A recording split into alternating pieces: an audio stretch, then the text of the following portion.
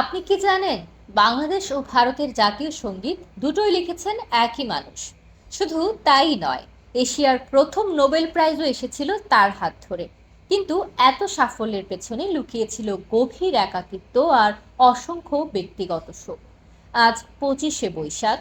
আজ আমরা জানব সেই মানুষটির গল্প, যিনি শুধু একজন কবি নন, তিনি এক অনুভূতির নাম। বলছি বিশ্বকবি রবীন্দ্রনাথ ঠাকুরের কথা। কিছু মানুষ শুধু জন্ম নেন না, তারা একটি জাতির অনুভূতি হয়ে ওঠেন। সময় পেরিয়ে যায়, প্রজন্ম বদলে যায়, তবুও তারা বেঁচে থাকেন গানে, কবিতায়, ভালোবাসায় আর মানুষের হৃদয়ে। বাংলার জন্য এমনই এক নাম, রবীন্দ্রনাথ ঠাকুর।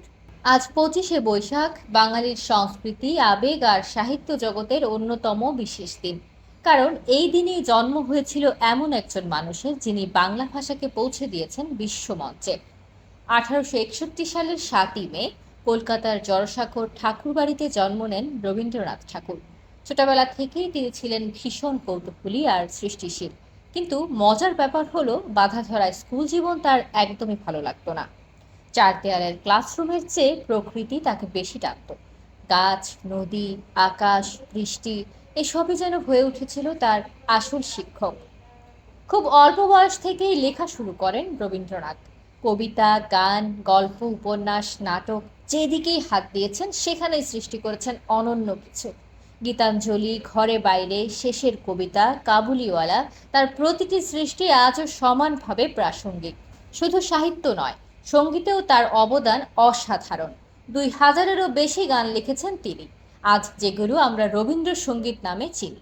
আর সবচেয়ে অবাক করা বিষয়, বাংলাদেশ ও ভারতের জাতীয় সঙ্গীত দুটোই তার লেখা।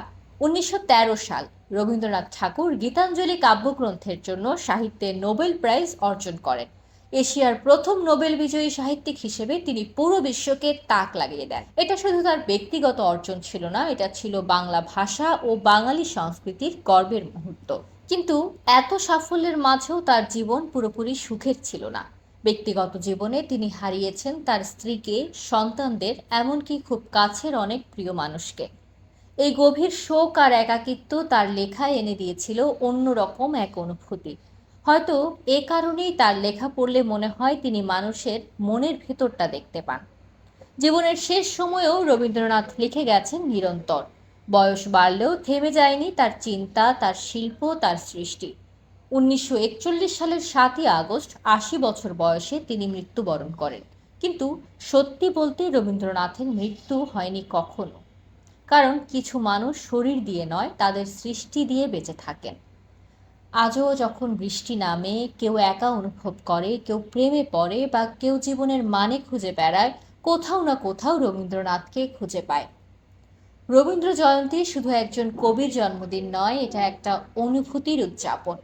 এক মানুষকে স্মরণ করার দিন, যিনি শব্দ দিয়ে ছুঁয়ে গেছেন কোটি মানুষের হৃদয়। শুভ রবীন্দ্র জয়ন্তী।